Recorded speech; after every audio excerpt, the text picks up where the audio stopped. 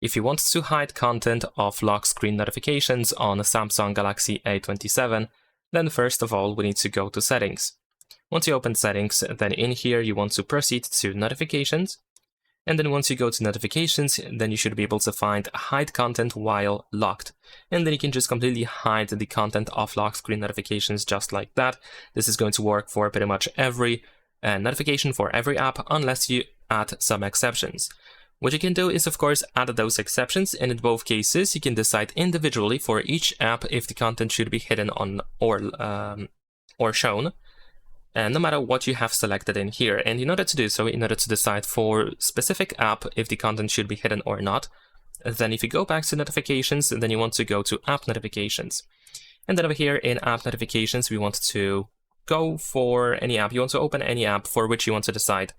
And then here we have show or hide content when locked. And here you can decide if the notifications of that specific app should always be, if the content should be always hidden, always shown, or if it should be set to default.